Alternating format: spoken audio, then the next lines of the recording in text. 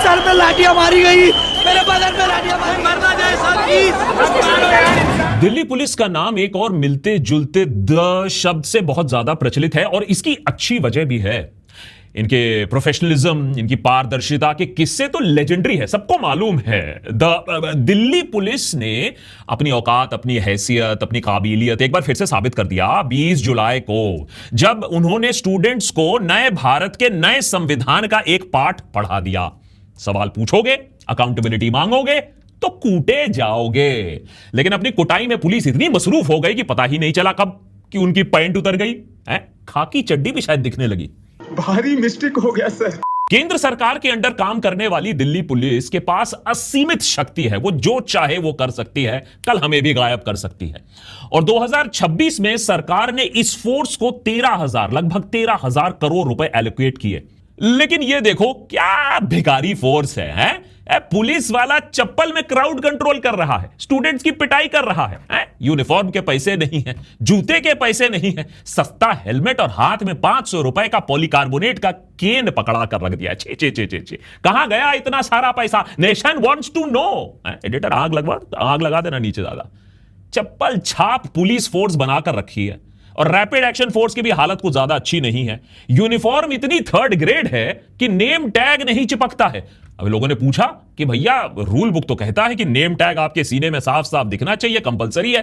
तो वो बोले कि वेलक्रो इतना खराब है कि नेम टैग चिपकता ही नहीं, इसीलिए जेब में ठूस के रखना पड़ता है। बताइए आप हैं? अच्छा नेम टैग तो छोड़ो, ट्रेनिंग भी देखो कितनी घटिया है। बंदा सामने खड़ा हुआ है, टारगेट बना हुआ है, कुटने को तैयार है, कंटेस्ट नहीं कर रहा है, लेकिन फिर भी डंडा हाथ से फिसल जाता है। ऐसी ट्रेनिंग दी जा रही है इन्हें। ऐसे हराएंगे ये पाकिस्तानी आतंकियों को, ऐसे जीतेंगे वो जॉर्ज सोरोस की फौज से, ऐसे चुप कराएंगे सवाल पूछने वाले लोगों को। मेरा मतलब है मोदी जी बिल्कुल खुश नहीं होंगे इस बात से। 56 में से 56 में से 5 नंबर भी नहीं मिलने चाहिए ऐसी फौज को। शायद हमें पता नहीं चला दिल्ली पुलिस एक कूल प्लेस टू वर्क बन गई है। हमें तो यही बताया गया था कि वर्दी की बहुत अहमियत होती है, वर्दी की इज्जत करो। लेकिन इस इंसान को देखो, कहा जाता है कि इसका नाम है हनी सिंह डागर। ऑल्दो इसका एलिजेड इंस्टा अकाउंट जब पब्लिक हुआ तो उसे तुरंत डिलीट कर दिया गया, पता नहीं क्यों। लेकिन यो हनी सिंह डागर इनको गाने का शौक नहीं है, इनको डंडा घुमाने का बहुत ज्यादा शौक है। जब लोगों ने पूछा इसे देखकर कि बच्चों को इतनी बुरी तरीके से तुमने कूटा, आईडी तो दिखा दो, तो सवाल पूछने वाले को ही कूट दिया। अरे भैया ये नया भारत है। हो सकता है मैं गलत हूं, हो सकता है ये इंसान अंडर कवर कॉप हो, प्लेन क्लोथ्स पुलिसमैन हो, दिल्ली पुलिस का धुरंधर टाइप हमजा हो। लेकिन ये क्या कान में बाली है? अरे भाई ये सर्विस मैनुअल में ये कब से अलाउ होने लगा? डागर भाई को तो पूरा देश अभी बड़ी शिद्दत से ढूंढ रहा है। आपको मिले तो हमको भी बता दीजिएगा, दिल्ली पुलिस से भी इसके बारे में पूछेगा कि ये आप ही की फौज में है क्या ये गोडसे इंसान? मुझे तो जवाब नहीं मिला, मैं तो 24 घंटे से पूछ रहा हूं। लेकिन क्रूरता की स्केल पर, कॉन्फिडेंस के लेवल पर 56 में से 50 तो मिलने चाहिए इस इंसान को। अच्छा वर्क फ्रॉम होम कोविड काल के बाद बहुत प्रचलन में रहा, बहुत लोगों ने वर्क फ्रॉम होम किया। हो सकता है कि दिल्ली पुलिस ने भी कोई नया स्कीम लगाया हो, वर्क फ्रॉम होम ड्रेस वाला स्कीम। अब देखो खाकी वर्दी पर भी आंच नहीं आएगी, धोबी का भी पैसा बच जाएगा और डिनाइबिलिटी भी तो रहेगी। अरे कोई गलत काम हो गया तो बोल देगा पुलिस ने तो ये गलत काम नहीं किया, पुलिस तो थी नहीं वहां, यूनिफॉर्म में तो कोई था ही नहीं। इस टाइम पर देखिए टिमटिमाते हुए लाल टी शर्ट पर इस प्राणी को देखिए, मैन यू का टी शर्ट पहना हुआ है। लग रहा है कि दिल्ली पुलिस ने फीफा फाइनल्स के बीच में ड्यूटी पर बुला लिया हो और इसी बात पर यह कमबख्त कॉकरोचों से बहुत ज्यादा नाराज है, उन्हें कूटना चाहते हैं। वैसे तो पुलिस वाले किसी से डरते तो नहीं है, लेकिन ये सारे चोमू टाइप लोग आप नोटिस करोगे या तो मुंह पर हैंकरचीफ लगाए हुए हैं या कैमरा से मुंह छुपाते हुए भाग रहे हैं। दिल्ली पुलिस में भर्ती होना इतनी शर्म की बात कब से हो गई भाई? इस चूजे को देखो, इसकी शक्ल से लग रहा है कि ये तो वहां होना ही नहीं चाहता है, या इसमें इतनी बुद्धि है कि वो समझ चुका है कि वो बहुत बुरी तरीके से फंसने वाला है। हर तरीके से कैमरा चालू हो चुका है, वो उसकी शक्ल कैमरा पर कायद हो चुकी है और जबरदस्ती लग रहा है इसे यहां भेजा गया। हो सकता है पापा मम्मी के प्रेशर से भी भेजा गया हो। और इसकी दाढ़ी देखिए, अब बियर्ड रखने के लिए दिल्ली पुलिस से आपको स्पेशल परमिशन लेनी होती है, वजह बतानी होती है, तो धर्म का कारण है, स्किन इरिटेशन है, और उसे अब वेल ग्रूम्ड आपको रखना पड़ता है। लेकिन देखिए कैसी अंटे शंट दाढ़ी बनाकर रखी है। और यूनिफॉर्म भी अगर आपको मुफ्त में पहनना है, अरे तो ठीक से कॉपी तो कर लो यार, हमारे देश में कॉपी तक हम ठीक से नहीं कर पाते, फिर चीनियों का हम मजाक उड़ाते हैं। या फिर इसको देखो, अबे इसको गार्ड की नौकरी तक नहीं मिलेगी एटीएम में, पुलिस वाला बनकर फिर रहा है। जब पूछा गया तब फिर लग रहा है कि पैंट गीली होने लगी इसकी। इस ब्राउन पैंट इंसान को देखो, लंबी लाठी लेकर खुलेआम दिल्ली के बीचों बीच घूम रहा है। भाई दिल्ली पुलिस शाखा वाली लाठी स्टैंडर्ड इक्विपमेंट का हिस्सा बनाने वाली है, हमें तो यह खबर नहीं मिली है। Delhi police ji please clarify करिए। और डागर का ब्राउन पैंट, इस इंसान का ब्राउन पैंट, ये चल क्या रहा है? अगर यह दिल्ली पुलिस से नहीं है तो यह कहां से है? आपको पता है तो कमेंट्स में जरूर बताइएगा। मुझे बड़ा मन है कि इनको दिल्ली पुलिस मेडल के लिए नॉमिनेट किया जाए। दरअसल इनका आइडिया जो है आप देख रहे हो, और जो हमने 20 तारीख को दिल्ली में देखा, वो कोई नया नहीं है। 100 साल पहले हिटलर जब जर्मनी पर कब्जा जमाना चाहता था तो उसने एक सहारा लिया ब्राउन शर्ट्स का। ब्राउन शर्ट्स एक मिलिशिया थे, इनकी अहम भूमिका रही थी हिटलर को पावर में चढ़ाने और वहां रखने के लिए। ब्राउन शर्ट्स पुलिस के साथ साथ एक पैरेलल सिस्टम बन गया था जर्मनी में, लोगों को गायब करना, लोगों को धमकाना, डर्टी वर्क्स डिपार्टमेंट सारा काम यही करते थे। वही फॉर्मूला आज 100 साल बाद हम दिल्ली के बीचों बीच देख पा रहे हैं। बस शर्ट यहां ब्राउन नहीं है, पैंट ब्राउन है, हो सकता है चड्डी भी ब्राउन हो सकती है, लेकिन काम वही हो रहा है। जो पुलिस काम नहीं करना चाहती है, जो काम रिकॉर्ड पर ना जाए, उसको ये लोग करते हैं। दिक्कत ये हो गई कि डिजिटल इंडिया में इतने सारे मोबाइल कैमरास हैं कि इनका भांडा फूट रहा है। लेकिन नया चीज यहां भी नहीं है। याद रखिए 2020 में जेएनयू पर जबरदस्त हमला होता है, बाहर से लोग आते हैं, कैंपस में कोहराम मचा देते हैं, सर फोड़े जाते हैं, कैंपस में तोड़फोड़ की जाती है। और इस सब में एक लीडर थी ये औरत, अपना चेहरा छुपाने की कोशिश करती है, लेकिन बाद में पता चलता है कि ये दौलत राम कॉलेज से छात्रा हैं, आरएसएस एफिलिएटेड अखिल भारतीय विद्यार्थी परिषद या एबीवीपी की मेंबर हैं। कोमल शर्मा का जेएनयू में कोई काम ही नहीं था, लेकिन कोमल जी आ गई अपने एजेंडे के वजह से, उनको वहां भेजा गया था। मजे की बात यह है कि कोमल शर्मा का यह वीडियो एविडेंस होने के बावजूद, आई विटनेसेस के स्टेटमेंट्स के बावजूद पुलिस इन्हें ढूंढ ही नहीं पाई। सोचिए डॉन कितनी बड़ी है कि पुलिस इन्हें ढूंढ ही नहीं पाई। 6 साल निकल चुके हैं, इनको कभी सजा नहीं मिली है। अब वही फॉर्मूला हम शायद यहां देख रहे हैं, दिल्ली के बीचों बीच खुले में इस तरीके के मिलिशिया को यूज किया जा रहा है। कहां से है, कौन सी शाखा, कौन सी डाली से है? आप समझदार इंसान हो। देश की सुरक्षा के लिए यह बहुत खतरनाक हो सकता है। आप सोचो कल कोई भी अंटू चंटू 500 रुपए का एक डंडा पकड़कर बोलेगा मैं तो दिल्ली पुलिस से हूं, या फिर कोई जेन्युइन वर्दी वाला भी होगा ना, लोग उस पर भरोसा नहीं करेंगे, कहेंगे बताओ तुम भी तो Jantar Mantar type fake police वाले तो नहीं हो। 24 घंटों से दिल्ली पुलिस ने इसके बारे में कोई खुलासा नहीं किया है, कोई क्लैरिफिकेशन नहीं दिया है कि ये इंसान कौन थे। इस बात पर कोई ज्यादा डिबेट नहीं है कि दिल्ली पुलिस के साथ बाहरी ताकतें थीं, लेकिन वो तो जेएनयू, वो तो जामिया, वो तो सीए टाइम पर भी थी। जो जानते हैं वो इस बात को मानते हैं। लेकिन इस बार अलग ये लगा देखकर, जो फुटेज हमने पिछले 24 घंटों में खंगाला है, कि ये लोग पुलिस को कंट्रोल कर रहे थे। ऐसा नहीं कि ये पुलिस के साथ थे, जहां जहां ये जा रहे थे पुलिस उनकी सुरक्षा कर रहे थे, पुलिस उनकी बात मान रहे थे। तो या तो ये सच में अंडरकवर ऑफिसर्स हैं और इतने हाई प्रोफाइल स्पाइज हैं कि दिल्ली पुलिस हमें बता नहीं रही है, या दिल्ली पुलिस अब ऑर्डर्स शाखा पर बैठे लंगूरों से लेने लगी है।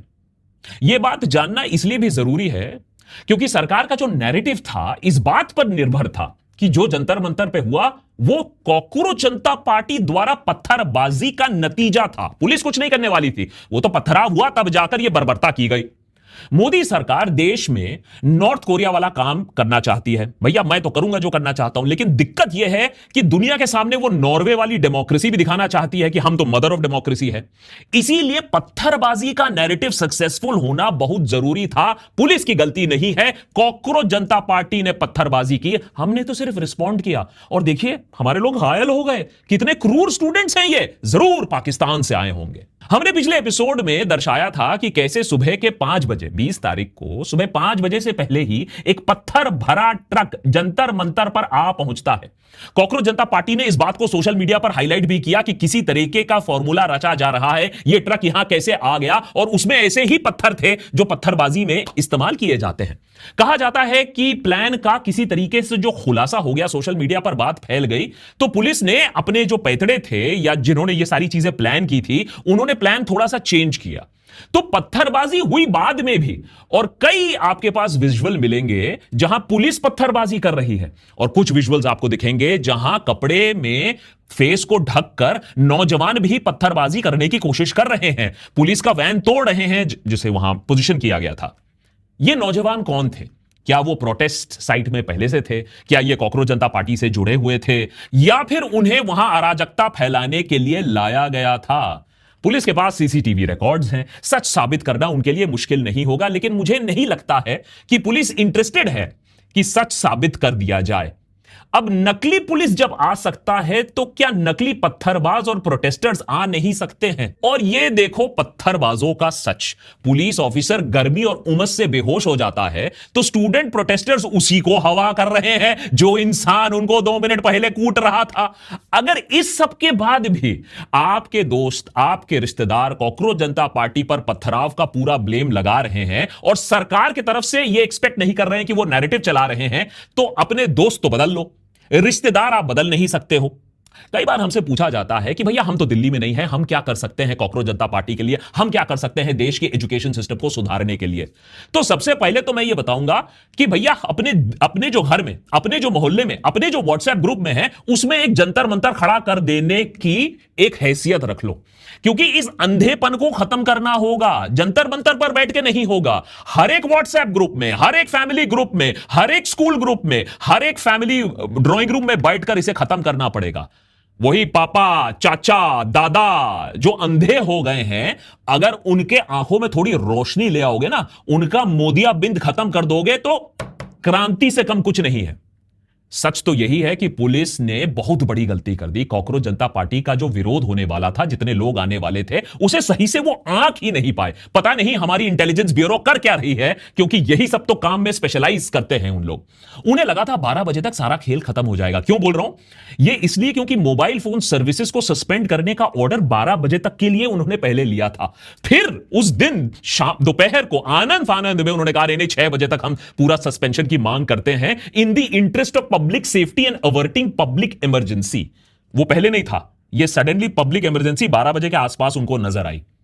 प्रोपेगेंडा चलाते चलाते सरकार भूल ही गई है कि पुलिस कैसे काम कर सकती है।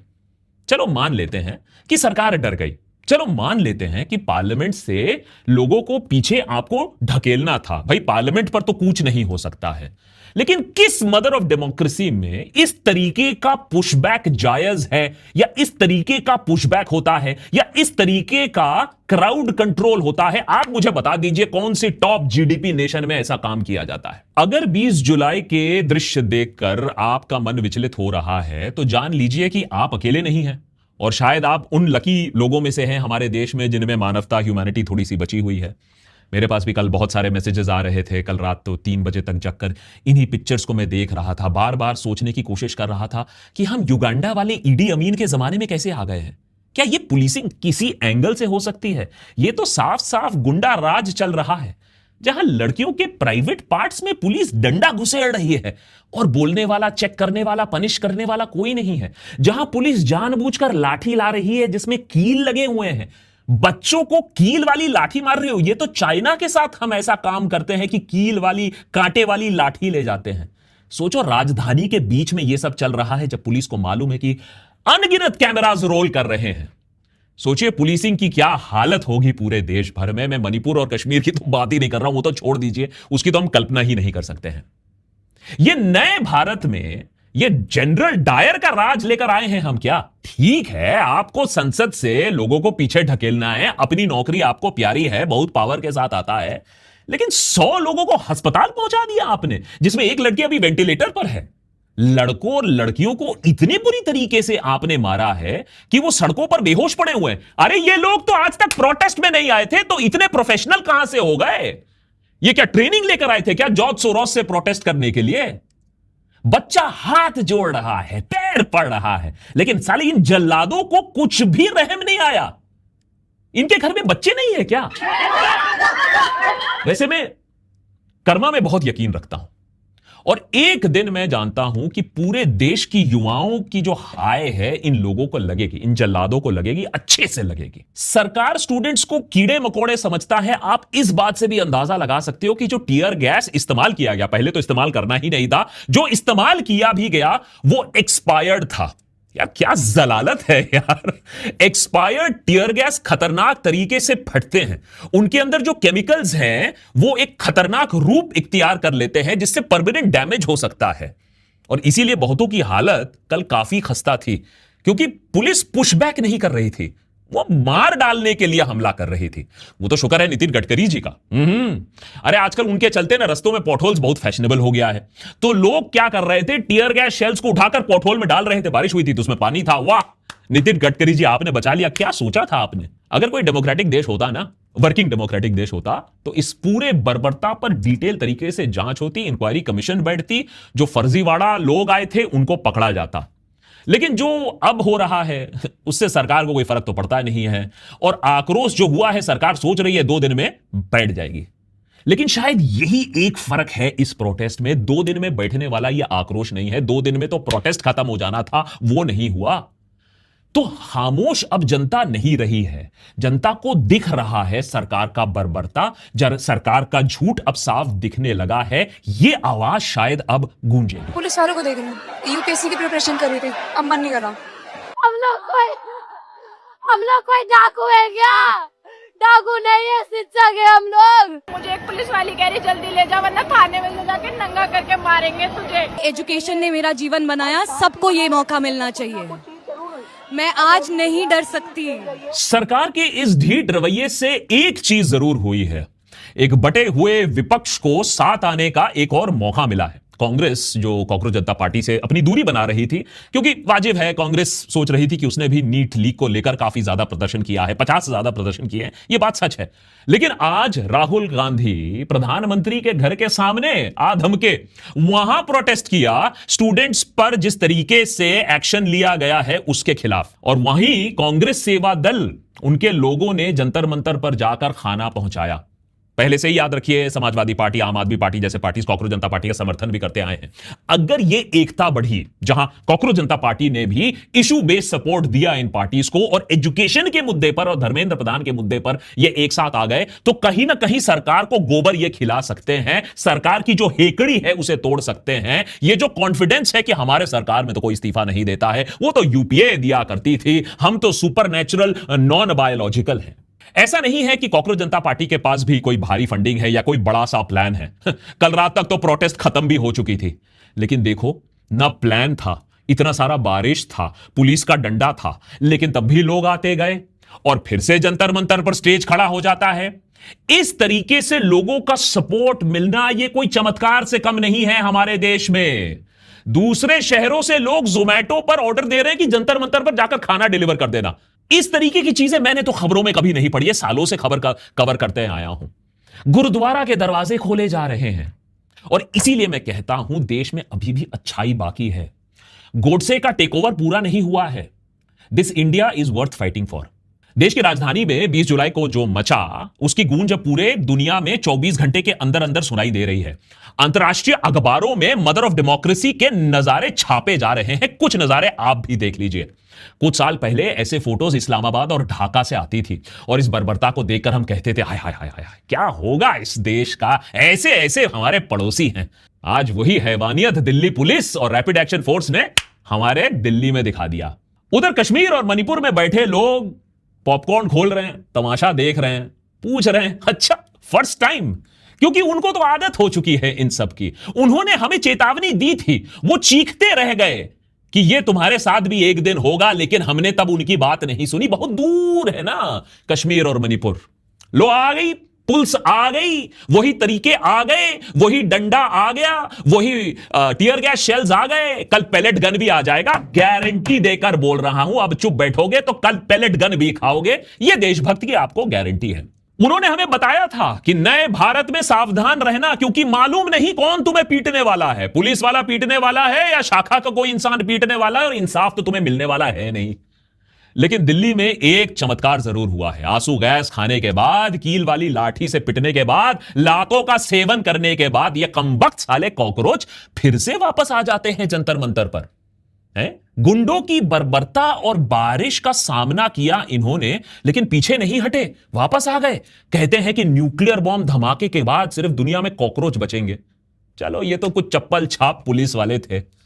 सोनम वांगचुक को कंबल में लपेट कर ले गए, सोचा प्रोटेस्ट खत्म हो जाएगा। स्टूडेंट्स को कूट दिया, सोचा सब घर चले जाएंगे। स्टोन पेल्टिंग का नैरेटिव चलाने की कोशिश किया, सोचा कि देशवासी तो वैसे में ही मूर्ख है, सोई हुई जनता है, ये नैरेटिव को भी मान लेंगे। लेकिन इन तीनों केसेस में सरकार को गोबर खाना पड़ा है। पिछले 24 घंटों में जंतर मंतर में फिर से वही नजारे हमें दिखने को मिल गए। 12 साल से जो नजारे अब हम देख रहे हैं, 12 साल की बेहतरीन मोदी का प्रोपेगेंडा का नाश हो रहा है। हाल इतने बुरे हो गए हैं कि करियर भक्त, अरे मैंने जिनकी रोजी रोटी सरकार का पिछवाड़ा चाटने में निर्भर होता है, वो भी इस हैवानियत को जस्टिफाई नहीं कर पा रहे हैं। गोदी मीडिया जो सरकार के इशारे पर मुजरा करती आई है, उसे सुनने वाला कोई नहीं रह गया है। शायद 12 साल में पहली बार ऐसा हुआ है कि जनता का ये जो सोया हुआ ज़मीर है, वो जगने की कोशिश कर रहा है। माइंड यू, मैं ये नहीं कह रहा हूं जग गया है, जगने की कोशिश कर रहा है। मैं आपसे एक ही चीज रिक्वेस्ट करूंगा कि यार कभी ना कभी तो एक टर्निंग पॉइंट आता है। मेरे लिए वो टर्निंग पॉइंट आ गया। मैं पहले सोचता था नहीं यार बहुत बोलते हो, लिव एंड लेट लिव। तो मैंने सोचा कि भाई मैं क्या कर सकता हूं कंट्रीब्यूशन, तो मैं आज ही बता देता हूं आपको मेरा कंट्रीब्यूशन क्या है, क्योंकि ये मेरी हैसियत है, मैं इतना कर सकता हूं। जिस तरीके से गोदी मीडिया ने फिर से अपना गंदापन दिखाने की कोशिश की है, चाहे वो मेरे पुराने दोस्त हों या यार हो, अब उनके पीछे मैं आने वाला हूं, उनको एक एक करके एक्सपोज करने वाला हूं। और आप चाहे कॉकरोच जनता पार्टी को सपोर्ट करो या ना करो, कुछ तो बोलो, speak up. Germany, Netherland, Canada, London में लोग बात कर रहे हैं। अब चुप बैठने का समय नहीं है, बोलने का समय आ गया है। Please find your spine and find your voice. जय हिंद।